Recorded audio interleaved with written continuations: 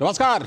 DD news पर आप देखना शुरू कर चुका है हमारा खास प्रोग्राम। इस वक्त मैं हुलाल चंद्र सिंह। अगले 1 घंटे में हम देखेंगे कुछ ऐसी खबरें जिन पर चर्चा जरूरी है। यह चर्चा हम करेंगे अपने संवाददाताओं और खास मेहमानों के साथ। और आज सबसे पहले बात करेंगे कि दिल्ली विधानसभा चुनाव के लिए मतदान चल रहा है और साथ में उत्तर प्रदेश की मिल्कीपुर और तमिलनाडु की रोड सीट पर उपचुनाव भी चल रहे हैं। सभी जगह से मतदान की अच्छी खबर है, लेकिन सबका फोकस जो है वो दिल्ली विधानसभा के चुनाव पर और मिल्कीपुर उपचुनाव पर भी है।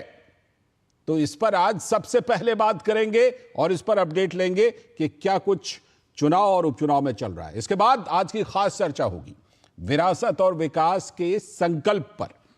आज प्रधानमंत्री नरेंद्र मोदी प्रयागराज महाकुंभ में आस्था की डुबकी लगाने पहुंचे और देशवासियों की मंगल कामना की।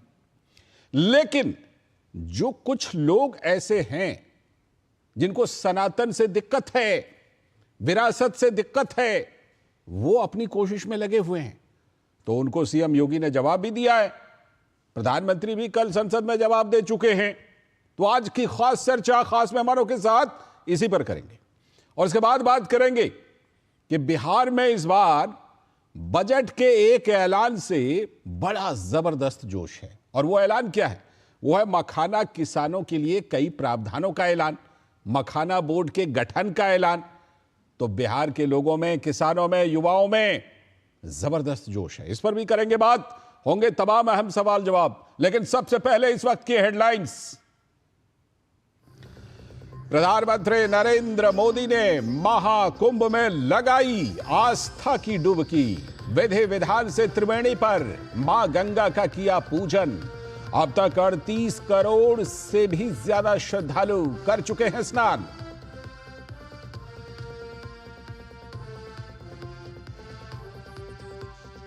दिल्ली विधानसभा के चुनाव के लिए सुबह 1 बजे तक करीब 33% मतदान दर्ज। राष्ट्रपति द्रौपदी मुर्मू, उपराष्ट्रपति, सीजेआई, उपराज्यपाल समेत तमाम दिग्गजों ने डाले अपने अपने वोट। आप, बीजेपी और कांग्रेस के बीच है त्रिकोणीय मुकाबला। उत्तर प्रदेश के मिल्कीपुर उपचुनाव पर सपा भाजपा की प्रतिष्ठा दांव पर। 1 बजे तक करीब 44.5% मतदान। उधर तमिलनाडु की रोड ईस्ट सीट के उपचुनाव के लिए भी मतदान जारी। लीबिया में फंसे 18 भारतीय नागरिकों की आज होगी वापसी। विदेश मंत्रालय ने कहा सरकार विदेश में रहने वाले भारतीयों की सुरक्षा और कल्याण के लिए है प्रतिबद्ध।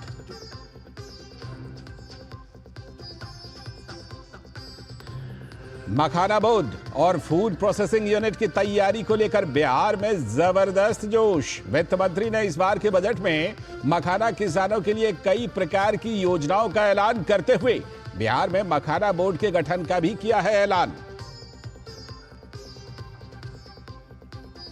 और गाजा पट्टी को अपने अधीन लेकर वहां विकास करेगा अमेरिका। इस्राएली पीएम के साथ बातचीत में ट्रंप ने रखा ये प्रस्ताव, तो नेतन्याहू ने भी जताई सहमति।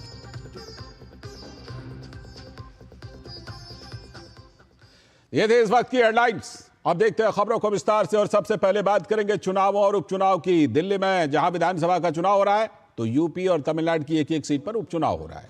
दिल्ली विधानसभा चुनाव की सबसे पहले बात करते हैं, जहां 1 बजे तक 33.31% मतदान होने की खबर है, जो एक अच्छा मतदान कहा जा सकता है।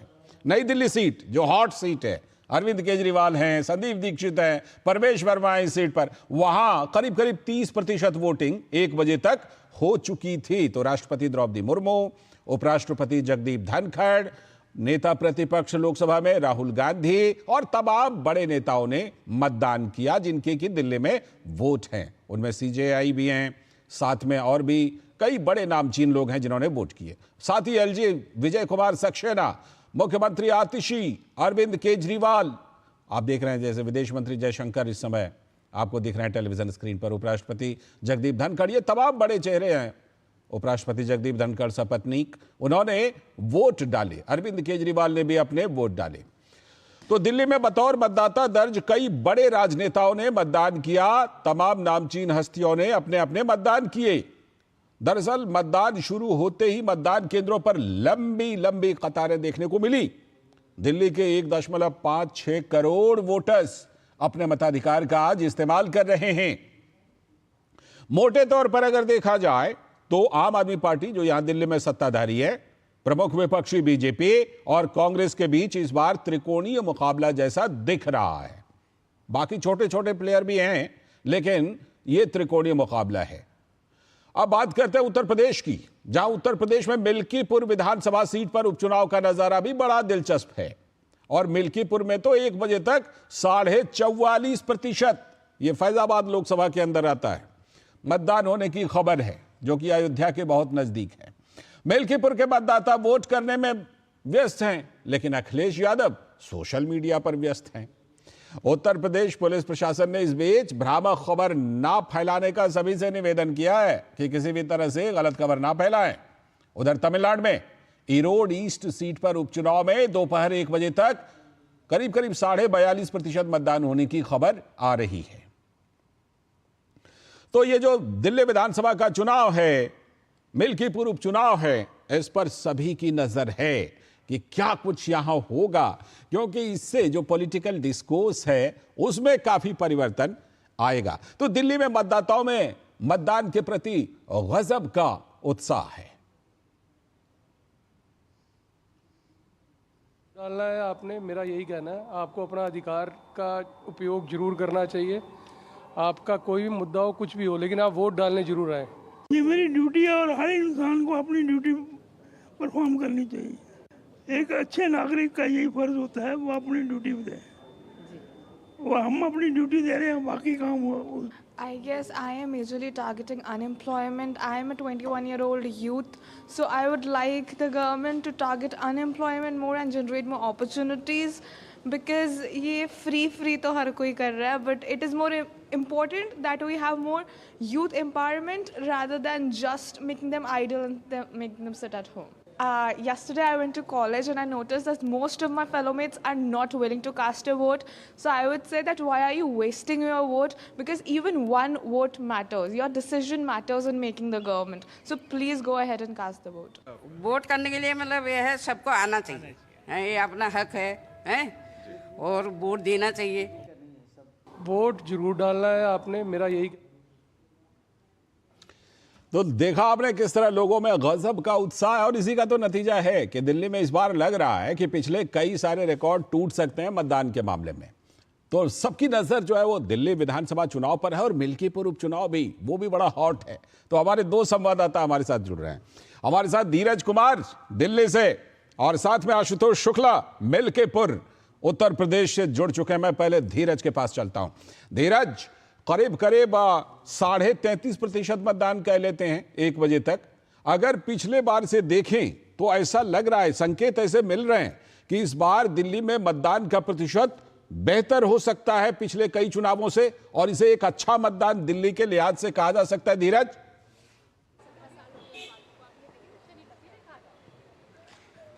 देखिए बिल्कुल सही कहा, और आपके पास जो आंकड़ा है वो आंकड़ा 1 बजे का है। और 1 बजे के आंकड़ों में आपने देखा कि दिल्ली में किस तरीके से जो मतदान का प्रतिशत है वो 33% रहा है, और इस वक्त 3 बजे हैं और अभी 2 घंटे के जो आंकड़े हैं वो आंकड़े आने बाकी है। और जिस तरीके से आपने मतदान प्रतिशत की बात करी, तो मैं आपको बता दूं कि 2020 के जो विधानसभा के जो चुनाव थे, उन विधानसभा चुनावों में 62% का मतदान दिल्ली में हुआ था जी। वहीं 2015 की अब बात कर लेंगे तो वो जो प्रतिशत था वो लगभग 67% के करीब था। तो पिछली अगर विधानसभा चुनाव की अगर हम बात करते हैं तो पिछली विधानसभा चुनाव में जो 5% मतदान कम देखने को मिला दिल्ली में। लेकिन जिस तरीके से 3 बजे भी हम देख सकते हैं कि जो हमारे पीछे का जो पोलिंग बूथ है उस पर जो लोगों का उत्साह है, महिलाओं का उत्साह है, युवाओं का, बुजुर्गों का जो उत्साह है, उस उत्साह को अगर आप देखेंगे तो आप समझ सकते हैं कि शाम के 5 बजते, हालांकि जो मतदान 6 बजे शाम को खत्म होगा, इसके अलावा चुनाव आयोग के जो निर्देश हैं कि अगर 5 बजे के बाद जो मतदान केंद्र के भीतर जो चले जाएंगे वो वोट देकर ही निकलेंगे, चाहे 6 बजे या 7 बजे। जरूर इस बार का जो मतदान प्रतिशत है पिछली बार की तुलना में बढ़ने की पूरी संभावना है। और अभी भी आप देखिए ये नज़ारा मैं अपने कैमरामैन को बोलूंगा तो आपको दिखाएगा कि देखिए अभी भी जो पुरुष हों चाहे महिलाएं हैं उनके आने जाने का जो सिलसिला है वो सिलसिला जारी है और अभी भी लोग मतदान करने के लिए आ ही रहे हैं जी। तो इस बार हम धन्यवाद दे सकते हैं चुनाव आयोग को, उनकी तैयारियों को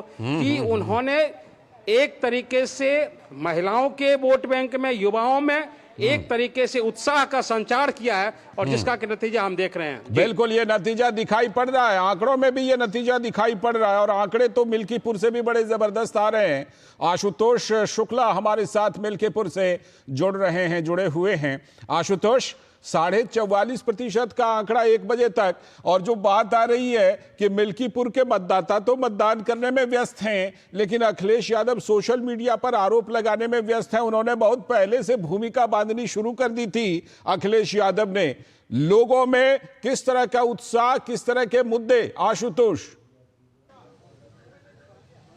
देखिए लालचंद, जिस तरह से मतदान यहाँ पर चल रहा है तो अगर 2 बातें यहाँ पर साफ तौर पर निकल करके आती हैं। पहली बात तो यह है कि दिल्ली में प्रदेश का चुनाव हो रहा है, एक हाई वोल्टेज का चुनाव था, प्रचार था, और उसके बावजूद वहाँ पर मतदान प्रतिशत कहे तो मिल्कीपुर से कम दिखाई देता है।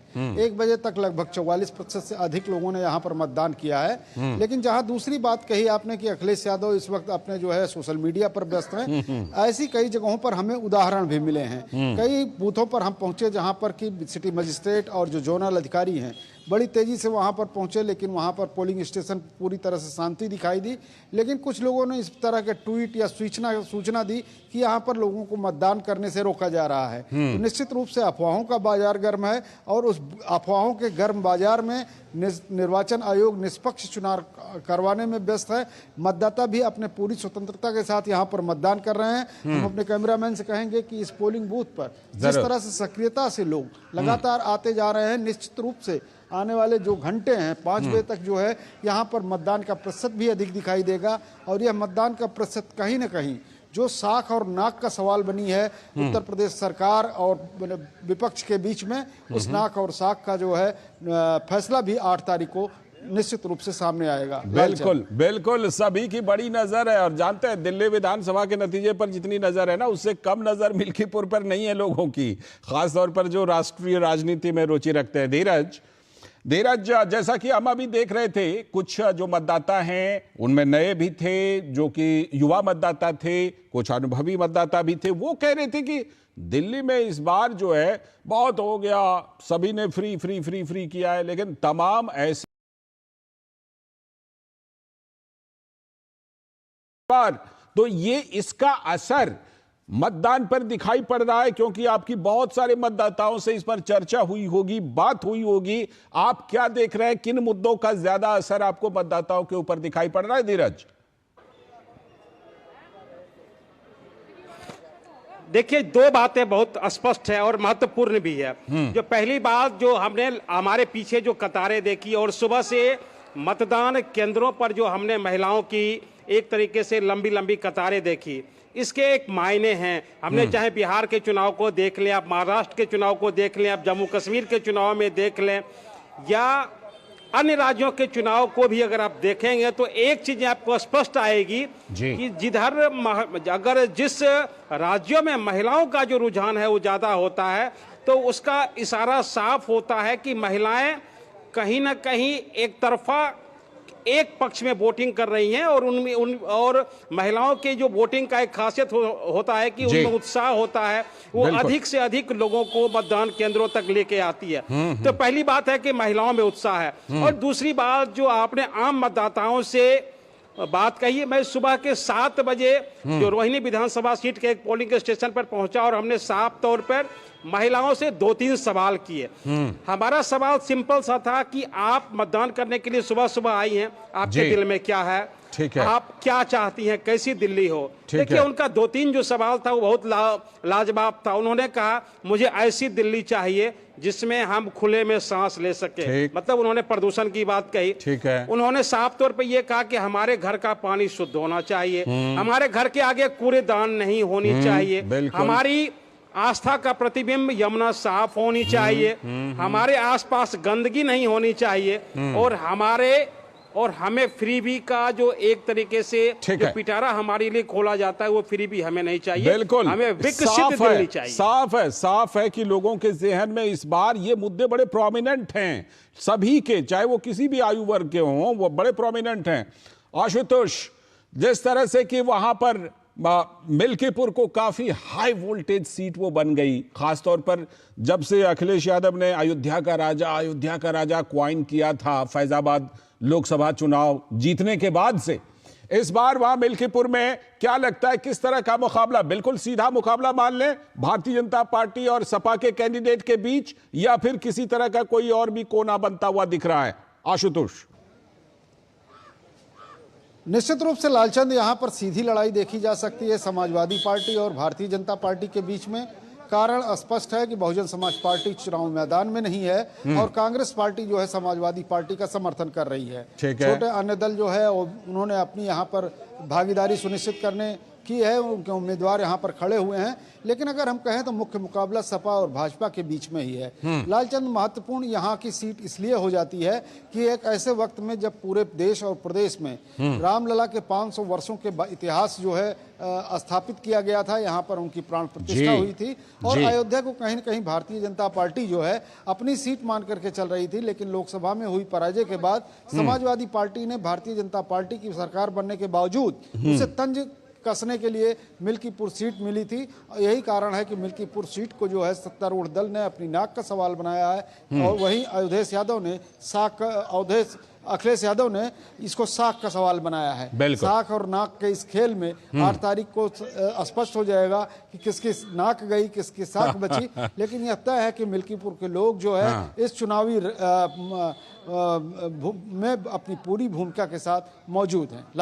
बिल्कुल और वहां से मिल्कीपुर से जो कुछ संदेश निकलेगा ना, उसका राष्ट्रीय स्तर पर उसकी बड़ी चर्चा होगी। आप दोनों संवाददाताओं का बहुत बहुत धन्यवाद। आशुतोष, मिल्कीपुर से जुड़ने के लिए, और धीरज, दिल्ली से अपडेट देने के लिए बहुत बहुत शुक्रिया आप दोनों का। अभी वक्त है एक ब्रेक का। ब्रेक के बाद जब लौटेंगे तब करेंगे आज की खास चर्चा खास मेहमानों के साथ, और वो चर्चा होगी कि आज प्रधानमंत्री प्रयागराज पहुंचे, आस्था की डुबकी लगाई, कई बड़ी बातें कही हैं और कल संसद में भी कई बड़ी बातें कही थी। लेकिन फिर भी लगता है विरासत, सनातन, इससे कुछ लोगों को कहीं ना कहीं चिढ़ है और वो चिढ़ सामने आती रहती है, कभी महाकुंभ पर टिप्पणी करके, कभी किसी और चीज पर टिप्पणी करके। इस पर करेंगे खास चर्चा। अभी वक्त है छोटे से ब्रेक का।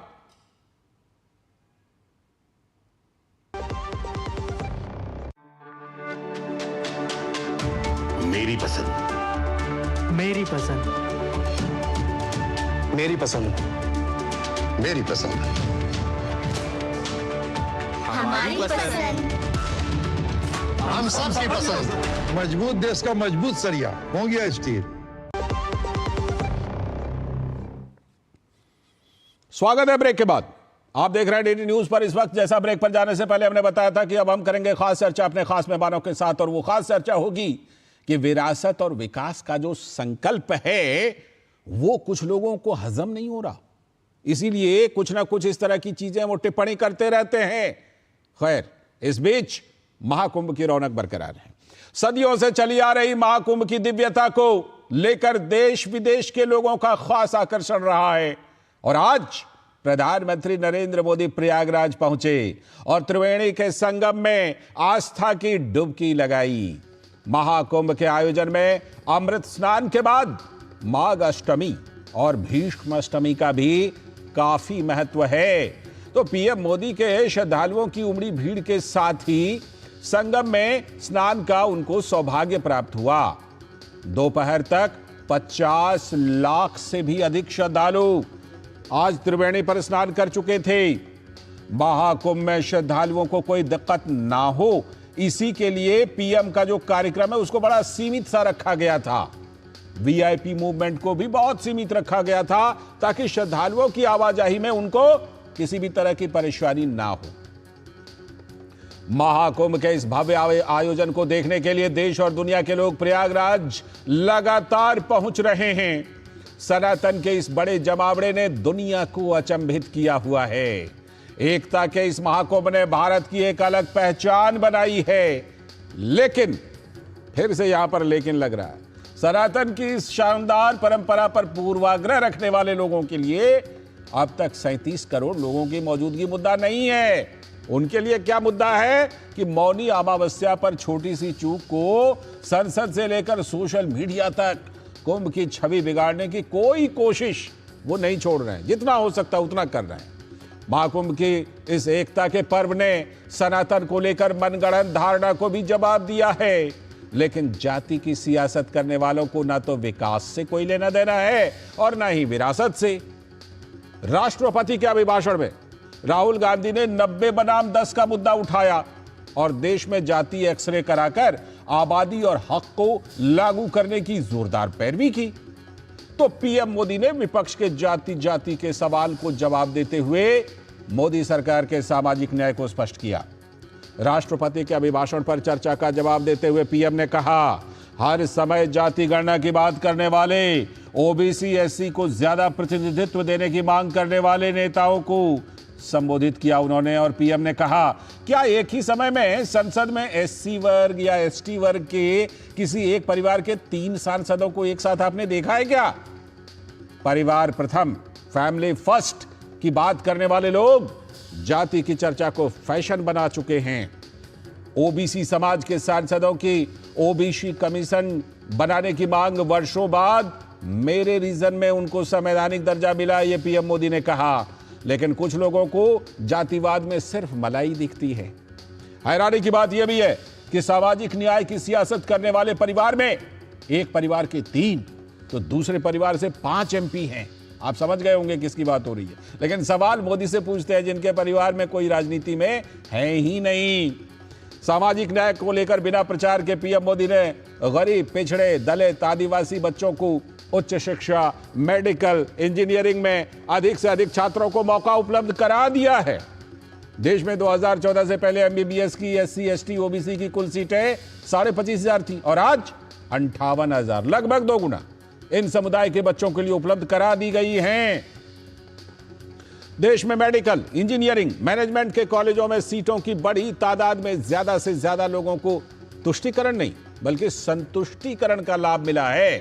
तो सवाल यह भी है कि जहां तेलंगाना में सामाजिक आर्थिक सर्वेक्षण करके राहुल गांधी 90 बनाम 10 का मुद्दा उठा रहे हैं, तो आबादी और हक को लेकर तेलंगाना से लेकर कर्नाटक तक उन्हें अपने मॉडल को जमीन पर लागू करके भी तो दिखाना होगा, जो उन्होंने किया ही नहीं। कर्नाटक में तो रिपोर्ट तक लेकर नहीं आया अभी तक। तो ये तमाम सवाल हैं। लेकिन इस बीच महाकुंभ में पीएम मोदी की आस्था की डुबकी, पूजा अर्चना, बोट से निरीक्षण, नाव से उन्होंने निरीक्षण किया और आस्था की डुबकी लगाई। तो प्रधानमंत्री नरेंद्र मोदी ने कल संसद में क्या कहा था? संसद में उन्होंने राष्ट्रपति के अभिभाषण पर बोलते हुए कहा था कि जाति जाति करना आज लगता है एक तरह का फैशन हो गया है।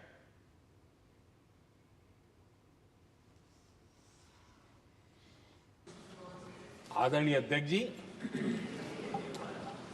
जाति की बातें करना कुछ लोगों के लिए फैशन बन गई है। पिछले 30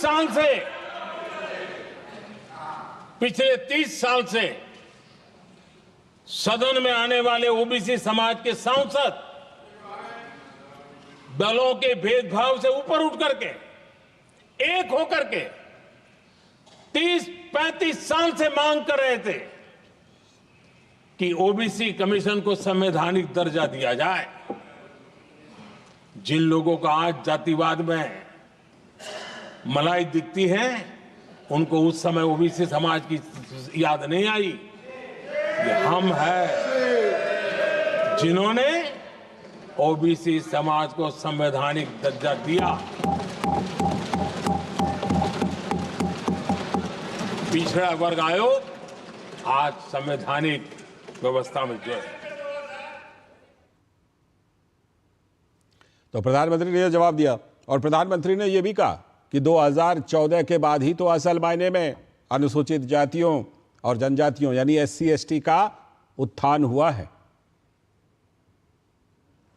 आदरणीय अध्यक्ष जी, समाज में तनाव पैदा किए बिना एकता की भावना को बरकरार रखते हुए समाज के वंचितों का कल्याण कैसे किया जाता है, इसका मैं एक उदाहरण देता हूं। 2014 के पहले मेडिकल कॉलेज की संख्या 387 थी। आज 780 मेडिकल कॉलेज हैं।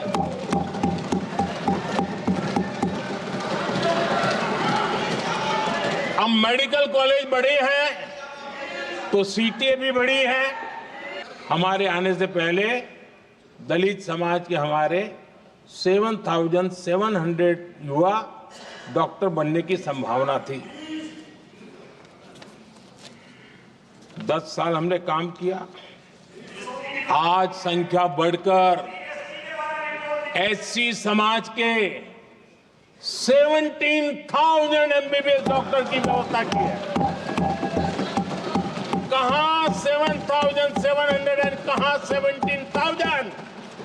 अगर दलित समाज का कोई कल्याण का और समाज में तनाव लाए बिना एक दूसरे के सम्मान को बढ़ाते हुए,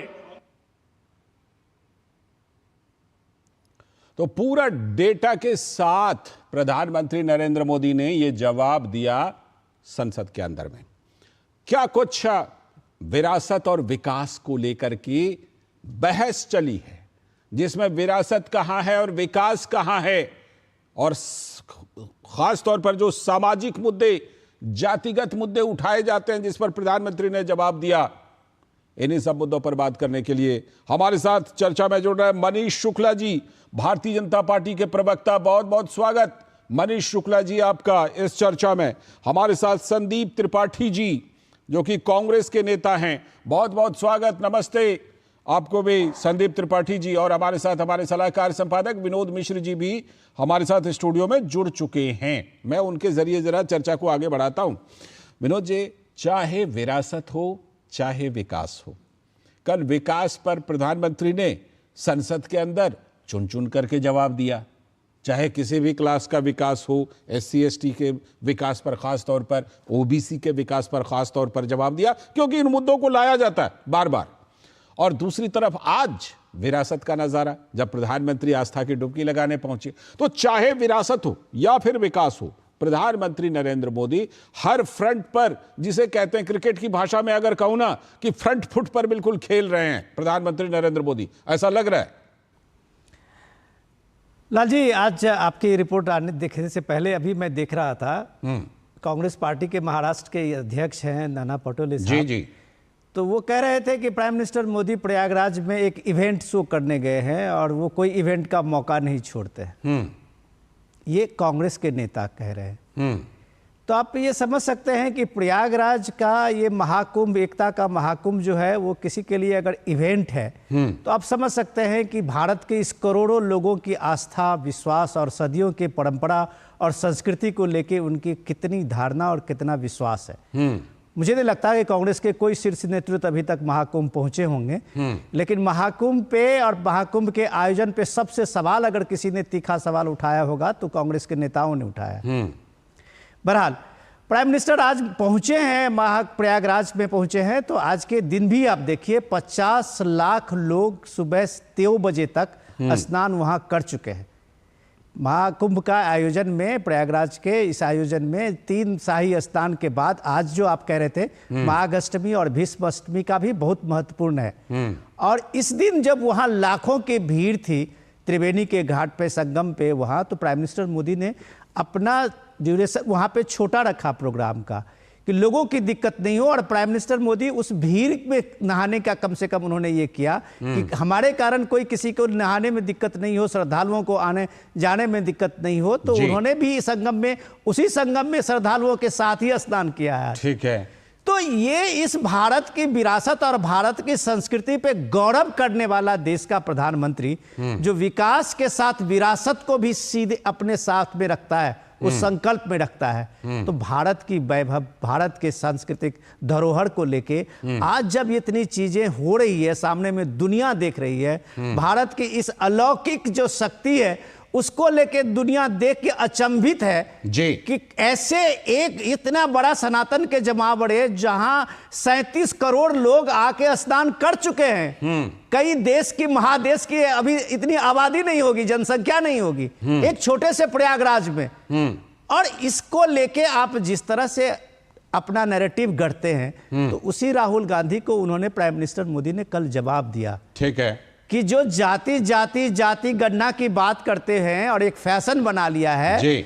तो ये देश देखा है कभी कि कभी पार्लियामेंट में कि एक परिवार के 3 सांसद किसी एससी समुदाय से, किसी एसटी समुदाय से। ये वही जाति और सामाजिक न्याय करने वाले लोगों के 2 परिवार हैं जिसके 5 सांसद एक परिवार से हैं और एक परिवार के 3 सांसद हैं। ठीक है।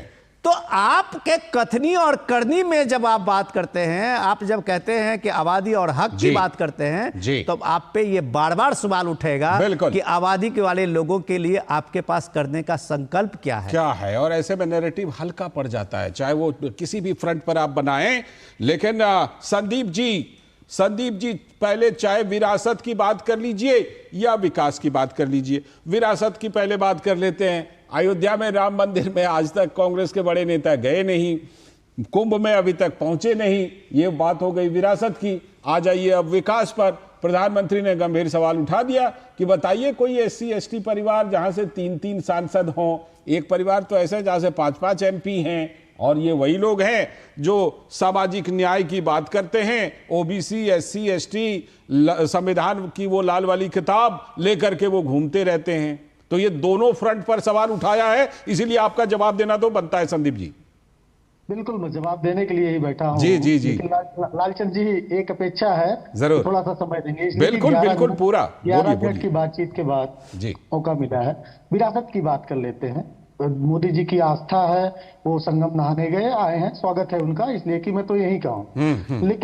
लेकिन कुछ तकलीफ है, एक सनातनी होने के नाते कुछ दर्द है। उस दर्द को आपसे मैं बयान करना चाहता हूँ। जरूर कीजिए। वो दर्द ये है जी, वो ये दर्द है कि काला कपड़ा पहन के हमारे यहाँ पूजा नहीं होती, तांत्रिक उंत्रिक करते हैं। वो तंत्र विद्या वाले लोग काले कपड़े पहन के पूजा करते हैं। त्रिपाठी जी वो सैफरन का उनका कलर था ऊपर में, मैं जहां तक देख रहा था। आप काला कपड़ा कहां से ढूंढ रहा है? देखिए अभी देखिए त्रिपाठी जी, अभी जो शॉर्ट्स चल रहा है जरा देखिए उसको। त्रिपाठी जी डुबकी लगाते हुए जो शॉर्ट्स है उसको देखिए। राहुल गांधी की तरह कुछ भी बोलने के लिए आप लोग एकदम बिल्कुल तैयार रहते हैं। संदीप जी देखिए ना, बगल में हम चला रहे हैं उस दृश्य को चला रहे हैं संदीप जी। ठीक है, बोलिए। हाँ, वो काले कपड़े, काले कलर की जैकेट भी दिख रही है, दर्शक देखेंगे। दूसरी बात एनजीटी का कहना है कि आप वहां पर जो है कपड़े या इस तरीके की चीजें नहीं डाल सकते। मोदी जी गंगा जी में कानून का उल्लंघन कर रहे हैं, इनके ऊपर मुकदमा लिखाना चाहिए एनजीटी को। अच्छा, क्योंकि आप वहां पर कपड़े, ये एक गलत है। अच्छा, आपको ये देखिए, ये सतही चीज सुनने के लिए नहीं हम लोग बैठे हैं। त्रिपाठी जी, आप प्रयागराज से हैं। देखिए, नहीं, आप कह रहे हैं कि आपको बीच में मत टोकिए, आप ये एनजीटी आप क्या क्या ला रहे हैं कि मोदी जी अरे वो गंगा जी की आराधना में जो उनको वहां पे आदेश मिला था, उन्होंने वो काम किया है। और आप जो है, देखिए, आप सतही बात कर रहे हैं। प्राइम मिनिस्टर मोदी का संगम के इस पवित्र स्थान पे आना, वहां पूजा अर्चना करना, क्या इसको आप उदाहरण दे रहे हैं? अब संदीप जी सवालों का जवाब देंगे। संदीप जी अब सवालों का जवाब। नहीं, इतना सतही चीज बात मत कीजिए।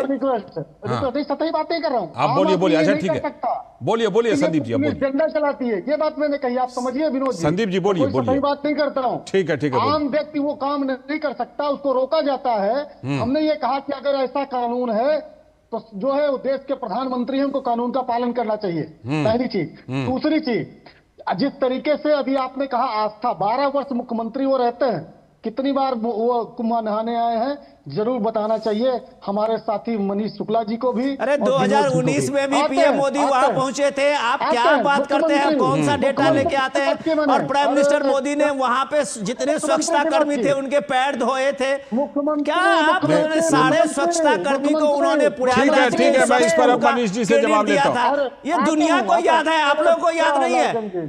एक मिनट मनीष जी, आपने जो सवाल उठाया उस पर ले लूं? नहीं, ये बात तो आ जाए, पूरी बात आ जाए। पूरी बात आ जाए। देखिए, जातिगत जनगणना की बात गोपीनाथ मुंडे जी ने पहली बार, जहां तक मुझे याद है, 2009 में सदन में इस मुद्दे को उठाया।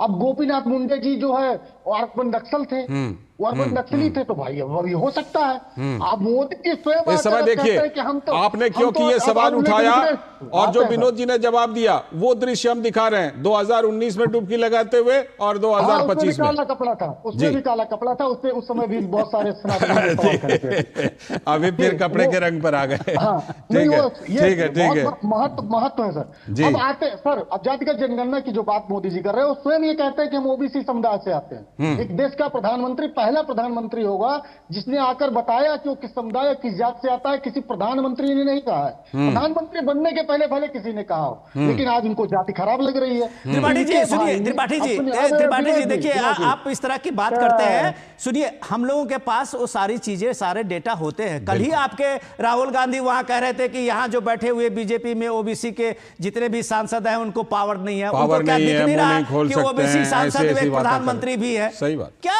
आप लोग इस तरह की बातें करते रहते हैं? और नेता प्रतिपक्ष तो सबको पूछते फिरते हैं कि कौन जात हो भाई, कौन जात हो, कैमरामैन कौन जात हो, रिपोर्टर कौन जात हो, सबको पूछते रहते हैं। आते सर एक महत्वपूर्ण सवाल, मोदी जी ने कल सदन में कहा कि हमने ओबीसी जो है आयोग को संवैधानिक दर्जा दिया। अच्छी बात है, इस कुंभ में, हाँ ठीक है, अच्छी बात है। इस कुंभ में एक कुंभ इसलिए होता था कि वहां पर एक सनातन के लिए एक डिसीजन निकल के आता था, देश की भलाई के लिए जो है क्या होना चाहिए। सनातनियों ने एक निर्णय लिया कि सनातन बोर्ड बनना चाहिए।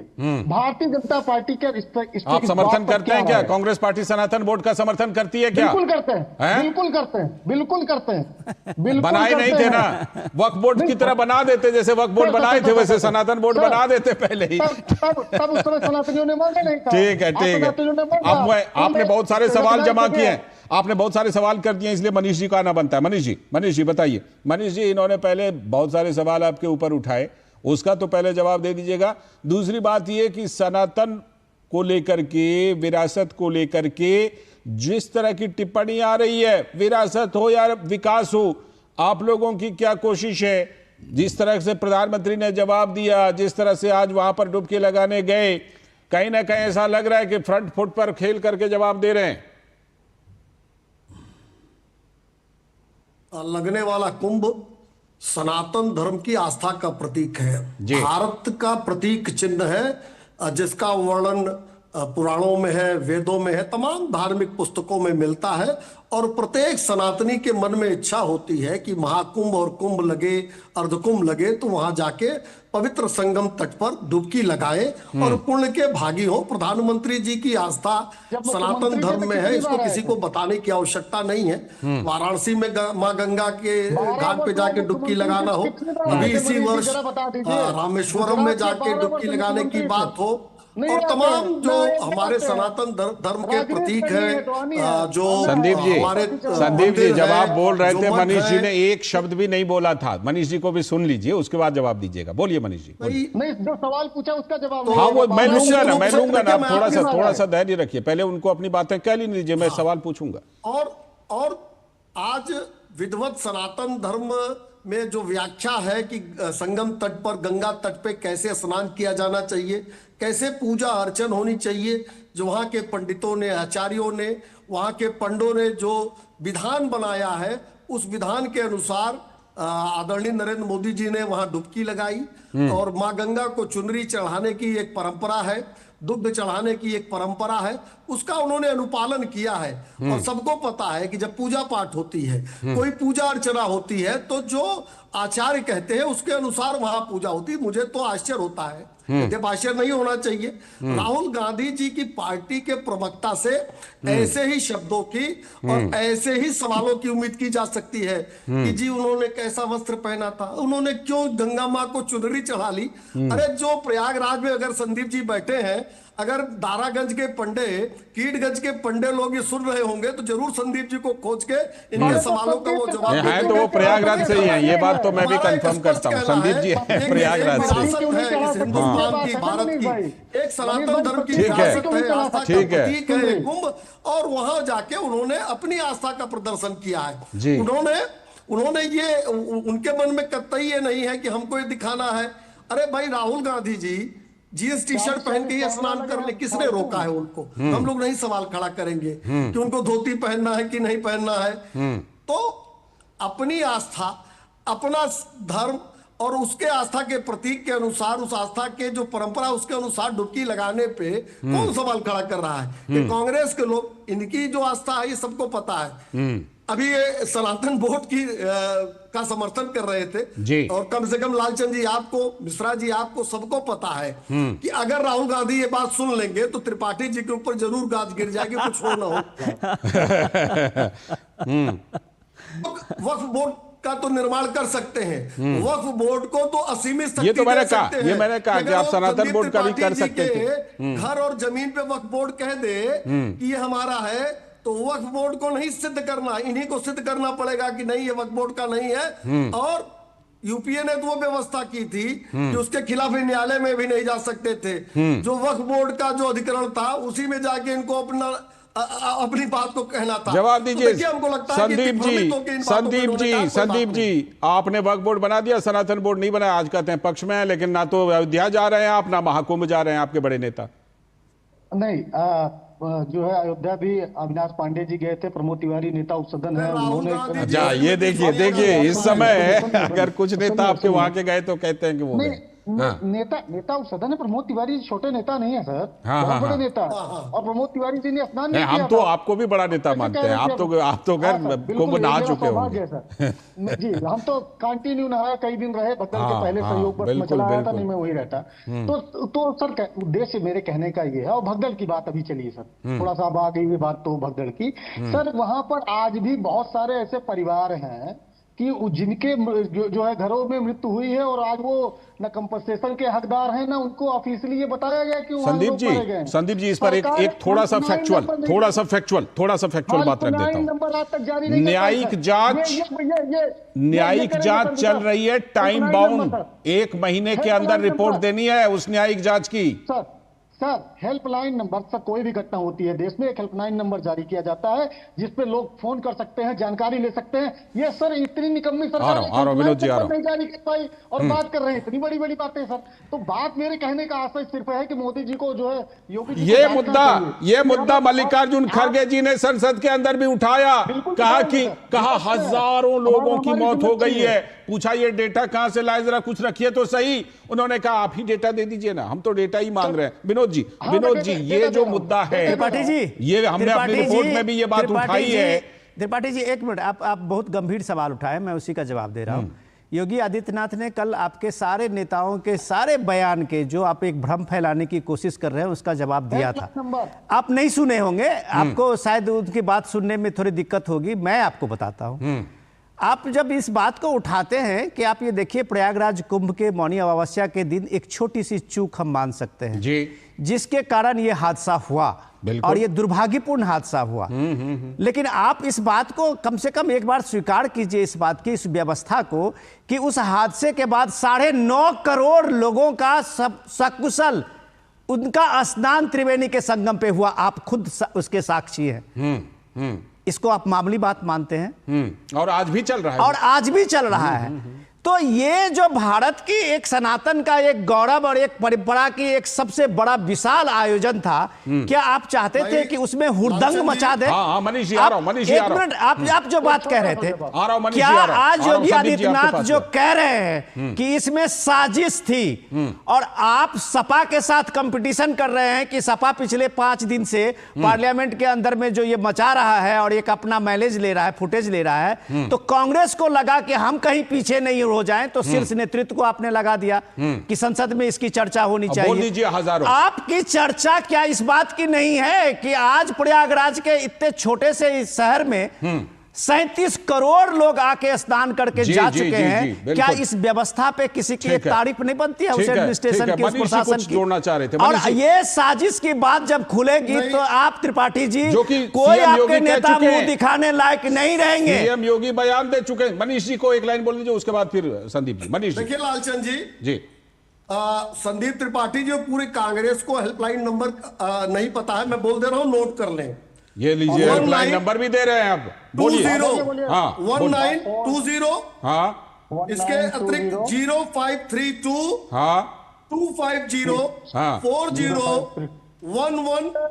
वो नोट कर रहे हैं नंबर। 0532 ठीक है, 25 00 775। ठीक है, ये 3 नंबर तो मैंने अभी बता दिया। 3 नंबर बता दिया संदीप जी, 3 नंबर बता दिया। बता दीजिए संदीप जी बताइए, 3 हेल्पलाइन नंबर वो बता दिए अभी। खड़गे जी को ये बता दीजिएगा ये, और इसके अतिरिक्त व्हाट्सएप नंबर भी जारी हुए हैं। देखिए दरअसल पूरा विपक्ष पूरे इस कुंभ के दौरान भ्रम फैलाने के में लगा रहा। जवाब दीजिए संदीप जी, आप हेल्पलाइन नंबर मांग रहे थे, उन्होंने 3 नंबर गिना दिए। इस तरह की बातें ये लोग टीवी 3 नंबर उन्होंने हेल्पलाइन नंबर गिना दिया। जवाब दीजिए संदीप जी। अखिलेश यादव हो चाहे खड़गे जी हो, ये लोग झूठ अब सुनिएगा भ्रम फैलाना चाहते हैं।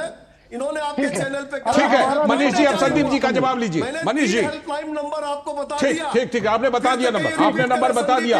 अब उनका जवाब लेने दीजिए मुझे, उनका जवाब संदीप जी। पाए हो त्रिपाठी जी तो मैं फिर से बोल दूं। अरे सुनिए महाराज, हम बताते हैं। ठीक है, आपने नंबर बता दिया, आपने नंबर बता दिया। बताइए आप संदीप जी, संदीप जी। आपका नंबर बढ़ गया भाई। ठीक, संदीप जी बताइए। लालचंद जी, एक्चुअली सच्चाई ये है कि जिन नंबरों की मनीष भाई बात कर रहे हैं हाँ। वो नंबर ऑलरेडी कुंभ इस घटना के पहले ही जारी किए गए थे। हाँ। हमने कहा कि जिस तरीके से जब कोई आपदा आती है उसके लिए अलग से हेल्पलाइन नंबर जारी किया।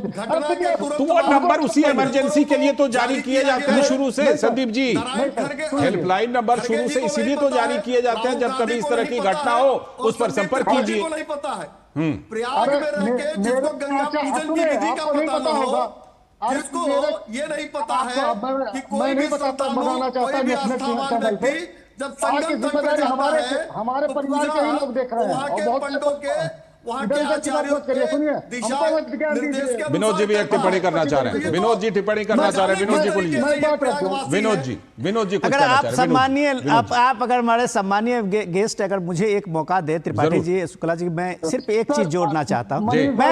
मैं आप दोनों नेताओं का, दोनों प्रवक्ताओं का सुन रहा था। शुक्ला जी 17 मिनट बाद तो आप लोग आए थे हमारे पास। शुक्ला जी मनीष जी आपकी पूरी बात हमने ली है। मनीष जी पूरी बात हमने ली है। 1 मिनट मैं आग्रह करूंगा, सिर्फ एक मिनट आग्रह करूंगा।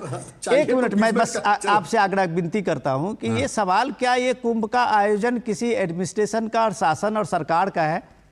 कुंभ का आयोजन समाज का है, पूरे समाज का है। त्रिपाठी जी वहां पैदा लिए हमसे ज्यादा जानते हैं कि सरकार सिर्फ एक फैसिलिटेटर की भूमिका में होती है। जी। कांग्रेस के नेता जितना बढ़ चढ़ के यहाँ बोल रहे हैं और जितनी बात वो कह रहे हैं, क्या उनकी भूमिका इस समाज के रूप में, क्या उनकी कोई भूमिका है?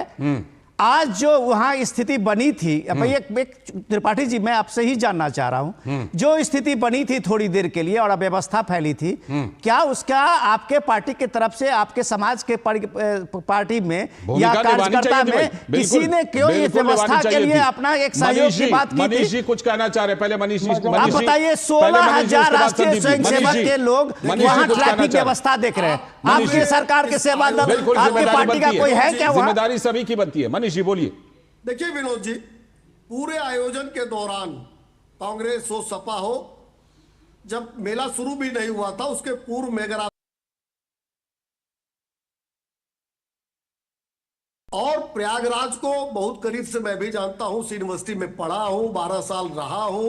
2000 कुंभ के दौरान वहां विद्यार्थी परिषद का हम लोगों ने मनीष जी, मुख्यमंत्री योगी आदित्यनाथ उससे आगे जाकर के साजिश का भी इशारा कर चुके हैं।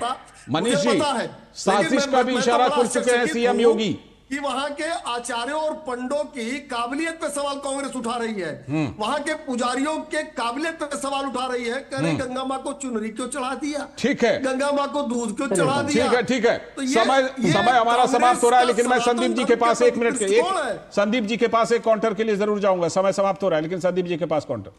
संदीप जी की देखिए सर, मैंने जो है जिन पंडित पुजारियों की बात कर रहा हूं उनको आपने जो है 25 किलोमीटर दूर जो है टेंट दिया है, वो बेचारे गंगा का स्नान नहीं कर पाते। आप बता रहे हो पंडित पुजारियों की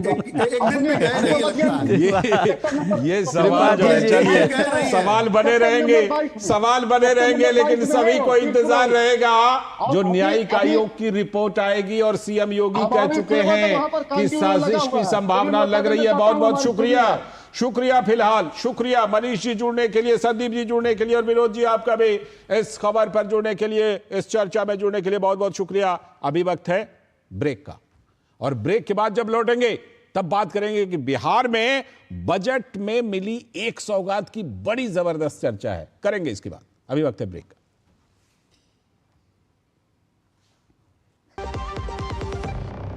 जब धरती चीर कर निकलता है लोहे का पत्थर और मिलता है मोंगिया के जोश से, फिर तपता है, पिघलता है और बनता है फौलाद। अब होता है सरिया सारी खूबियों के साथ। मोंगिया स्टील, मजबूत देश का मजबूत सरिया। स्वागत है ब्रेक के बाद। और जैसा कि ब्रेक पर जाने से पहले हमने बताया था कि बिहार में बजट के एक प्रावधान को लेकर बड़ी जबरदस्त उत्साह है। और वो क्या प्रावधान, वो कौन सी खबर है? वो है मखाना को लेकर किया गया ऐलान। तो मखाना से बदल रही है क्या बिहार की फिजा? केंद्रीय वित्त मंत्री निर्मला सीतारमण ने मखाना के उत्पादन, मार्केटिंग और प्रसंस्करण को बढ़ावा देने के लिए बिहार में मखाना बोर्ड स्थापित करने की घोषणा की।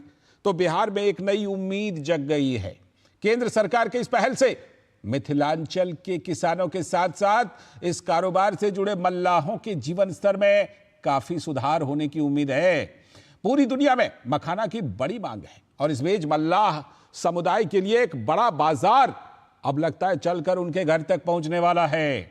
बिहार का मखाना बोर्ड मखाना के उत्पादन, प्रसंस्करण, मूल्य संवर्धन और विपणन में सुधार के लिए काम करेगा। इससे मखाना किसानों को सीधा बाजार मिल पाएगा। अभी तक किसानों को बाजार की उचित सुविधा थी ही नहीं, ना ही इंटरनेशनल एयरपोर्ट था, जिसकी वजह से उन्हें कार्गो की सुविधा प्राप्त नहीं थी। देश में कुल मखाना उत्पादन का 90% बिहार से ही तो होता है उत्पादन। बोर्ड के गठन से बिहार के 8 जिले दरभंगा, मधुबनी, सुपौल, सहरसा, पूर्णिया, कटिहार, अररिया और किशनगंज को इसका फायदा मिलने वाला है। बोर्ड सभी मखाना उत्पादकों को एक मंच पर लाएगा। किसानों को प्रशिक्षण भी दिया जाएगा ताकि वो आधुनिक तरीके से मखाना की खेती कर सकें। तो बिहार का मखाना अमेरिका, ऑस्ट्रेलिया, फ्रांस, जापान और इंग्लैंड जैसे देशों में भी निर्यात किया जाता है। बिहार से हर साल लगभग 2 लाख टन मखाना निर्यात किया जाता है विदेशों को। पिछले साल तक इसका कारोबार $100 करोड़ का था। बिहार में फिलहाल लगभग 35,000 हेक्टेयर में मखाने की खेती होती है। 25,000 किसान इससे सीधे जुड़े हुए हैं। मखाना बोर्ड के गठन से मखाना उत्पादकों के साथ फूड प्रोसेसिंग कंपनियों को भी फायदा होगा। मखाने की खेती और बाजार इससे सीधे लाभ लेंगे। बोर्ड बनने के बाद आधुनिक मशीनों का प्रयोग कर मखाना के उत्पादन और प्रसंस्करण को बढ़ावा दिया जाएगा।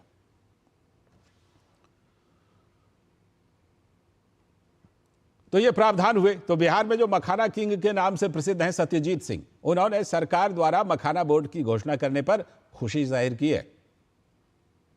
ये एक अच्छी पहल है जिससे कि प्रोडक्शन में जो उत्पादन है उसमें कैसे वृद्धि किया जाए, इस पे चर्चा होगी। इस बोर्ड के जरिए जो रिसर्च एंड डेवलपमेंट चाहिए, उत्पादन से लेकर प्रसंस्करण से लेकर, उस पर जो है काम किया जाएगा। और वहीं पूर्णिया के प्रधान अन्वेषक अनिल कुमार का कहना है कि इस फैसले से बिहार को वैश्विक पहचान मिलेगी और किसानों को लाभ होगा। हर्ष का विषय है कि भारत सरकार ने अपने बजट में मखाना बोर्ड गठन करने का प्रस्ताव पारित किया है। इससे मखाना के उत्पादन, प्रसंस्करण और मूल्यवर्धन के साथ साथ वैश्विक स्तर पे मखाना की मार्केटिंग और ब्रांडिंग को बल मिलेगा, जिससे मखाना के किसानों की उन्नति होगी, समृद्धि आएगी और मखाना के किसानों का सर्वांगीण विकास होगा। और मखाना के जो उत्पादक किसान हैं उनमें भी घोषणा के बाद खुशी की लहर है। गुड़िया जो है मखाना सीड बिका तो इससे किसको फायदा हुआ? इससे अल्टीमेटली किसान को ही फायदा हुआ। और अभी भी अगर बोर्ड का गठन हो जाता है तो प्राइस बहुत ही ओपन होगा, बड़े बड़े भी प्लेयर आएंगे तो और इसका जो प्राइस है मखाना का और बढ़ेगा और जिससे कि उसका फ़ायदा कहीं ना कहीं किसानों को मिलेगा। अच्छा फ़ायदा होने वाला आने वाले समय में, क्योंकि अब इसमें बोर्ड आया तो बजट आएगा तो किसान को फ़ायदा होगा, साथ साथ में व्यापारी को भी फ़ायदा होगा और रोज़गार भी बढ़ेगा। अब ये मखाना साल भर का काम हो गया, 12 मंथ का हो गया, फैक्ट्री सिस्टम हो रहा है और डेवलप भी कर रहा है। तो ये जो घोषणा है बजट की, इसको लेकर के चौतरफा इसका स्वागत बिहार में हो रहा है। मधुरेश नारायण हमारे संवाददाता जुड़ चुके हैं इस खबर पर और ज्यादा बात करने के लिए। मधुरेश, ऐसा लगता है कि बिहार के किसानों को, बिहार के कारोबारियों को इस फैसले की बड़े लंबे समय से उम्मीद थी, बड़े लंबे समय से इंतजार था, जो इस बार के बजट में पूरा हुआ और हर तरफ से चौतरफा स्वागत इसका देखने को मिल रहा है। ये एक ऐसा फैसला है जिसके लिए जो किसान हैं वो काफी लंबे समय से मांग कर रहे थे, और इसके साथ ही जो बिहार सरकार है वो पहले से मखाना उत्पादक जो किसान हैं उनके वेलफेयर के लिए काम कर रही थी। जीआई टैग मिलने के बाद मखाना को एक नया उत्साह किसानों में देखने को मिला था, और ये उत्साह अब एक नए आसमान पे पहुंच गया है निर्मला सीतारमण के मखाना बोर्ड के गठन की बात करने के बाद। मैं आपको एक छोटा एग्जांपल बताता हूं कि जो मखाना जिसे हम बिहार में ब्लैक डायमंड के नाम से भी जानते हैं, अंतरराष्ट्रीय बाजार में इसकी भारतीय मुद्रा में कीमत 8,000 रुपए से प्रति किलो से ज्यादा है। आप इससे अंदाजा लगा सकते हैं कि एक बिहार में उत्पादित होने वाले जो मखाना का उत्पादन करने वाले किसान हैं उसकी आर्थिक स्थिति में कितना बड़ा सुधार आएगा, उससे जुड़े हुए जो मजदूर होंगे उनमें कितना सुधार आएगा, फूड प्रोसेसिंग इंडस्ट्री का जो बड़ा चेन डेवलप होगा, जो सप्लाई चेन डेवलप होगा, उसमें कितने लोगों को रोजगार मिलेगा। और एक जो मल्लाहों का पारंपरिक ये काम था, पारंपरिक रूप से मल्लाहों के द्वारा किया जा रहा काम था, वो अब एक इंटरनेशनल मार्केट में उसको अब एक पहचान मिली। तो मधुरेश यहीं से ये बात भी समझ में आती है कि जो सामाजिक रूप से एक जो समुदाय मल्लाह का समुदाय है, इस फैसले से मल्लाहों का, इससे जुड़े हुए कारोबारियों का, किसानों का, तमाम उन समुदायों का और ज्यादा सशक्तिकरण होगा। ये भी इस मायने में भी ये फैसला काफी अहम। हाँ, निश्चित रूप से। देखिए, जैसा कि मैं बता रहा था इकोनॉमिक टर्म में कि जब किसान जो उत्पादन कर रहा है, जो पारंपरिक रूप से मल्लाह इसकी खेती करते हैं, क्योंकि ये जल जमाव वाले क्षेत्र में होता है, और जल जमाव भी साफ पानी में नहीं होता है। इसके लिए पानी थोड़ा कीचड़नुमा होना चाहिए, हरा होना चाहिए, और उसमें जो एल्गी टाइप के जो प्लांट्स होते हैं उनका होना जरूरी है। तो निश्चित रूप से ये पारंपरिक रूप से मल्लाहों के द्वारा ही किया जाने वाला काम है, और मल्लाह बिहार में आर्थिक रूप से पिछड़े हुए वर्ग से आते हैं। आर्थिक स्थिति उनकी बहुत अच्छी नहीं है, लेकिन केंद्र सरकार के इस फैसले से निश्चित रूप से उनकी जो आर्थिक स्थिति है उसमें एक बड़ा सुधार देखने को मिलेगा। इंटरनेशनल मार्केट में बिहार के मल्लाहों की पहचान बनेगी। बिल्कुल, ये पहचान बनेगी और इसका असर बिहार में आने वाले समय में और ज्यादा दिखाई पड़ेगा। बहुत बहुत शुक्रिया मधुरेश जुड़ने के लिए इस खबर पर और जानकारी देने के लिए। और हम लगातार जब बात कर रहे थे तो आपको मखाना खेती से जुड़े हुए दृश्य भी दिखा रहे थे कि ये खेती होती कैसे। बहुत बहुत शुक्रिया मधुरेश जुड़ने के लिए। और इसी के साथ आज के इस वक्त में इतना ही। हमारी टीम को दीजिए अनुमति। नमस्कार।